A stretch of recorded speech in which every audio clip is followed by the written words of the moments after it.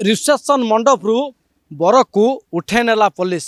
धौली थाना अंचल आसी घटना आपण सामने जो मंडप देखुंत गतकाल राति यही मंडप रे भोजी भातर आसर होता जड़े युवक कुमार श्री पंडा बह करुले आपण सामने देखेबी बहर होर्डिंग बैनर सामने रही ये हूँ से युवक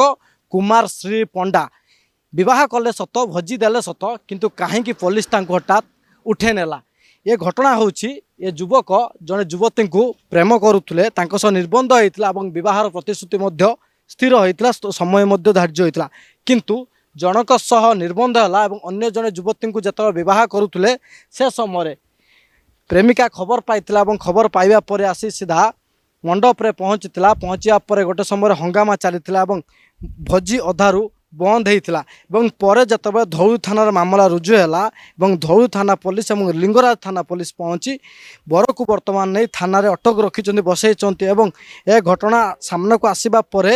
जे रही प्रेमिका बर्तमान थाना अभियोग कर केवल दुईटी थाना नुहे ए घटना जाई महिला थाना पहुँचलानी गतकाल राति जिते धूमधाम रे नाच गीत रासर चलता भोजी भात चलता से समय ए घटना घटिला भोजी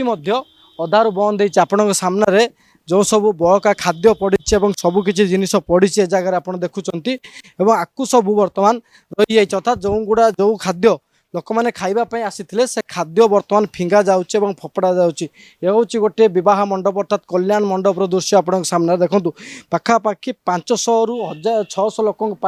एटारे भोजी भातर आयोजन कर भोजी आरंभ हो सबकि फसर फाटी जाता बर्तमान ए घटना जाए थाना पहुँचवा पर उभय पक्ष को बर्तमान थाना अटक रखा जाए अर्थात प्रेमिका एवं प्रेमिक उभय पक्ष को घटनाटी एमती था उभय दुहे दुही को भल पाउले भल पाइबा पर उभय परिवार सहमति क्रमे मार्च 2024 रे तांकर निर्बंध होता डिसेम्बर 8 रे उभयंकर विवाह होता किंतु कौन से कारणवशतः पुओ विवाह करेंगे ना बोली मना करते घरे किंतु पर संपृक्त युवती सह से संपर्क थिले एवं तांकु मते विवाह पाई प्रतिश्रुति देथिले एवं शेष रे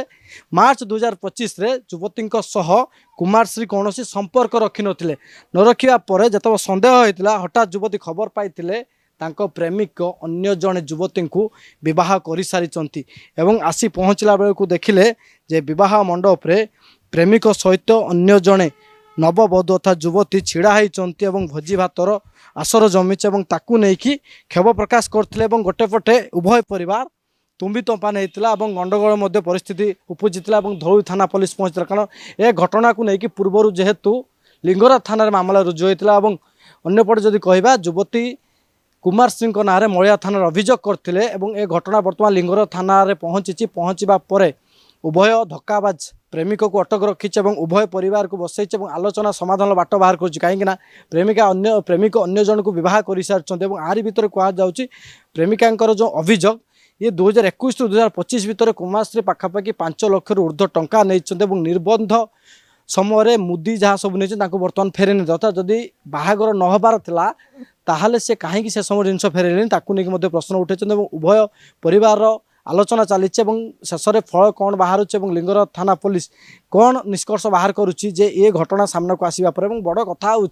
निर्बंध है जनक सहित किंतु बह है आउ जनक सह भुवनेश्वर भिडियो जर्नलिस्ट देवासी दास ज्योति बृहस्पति प्रतिदिन टीवी।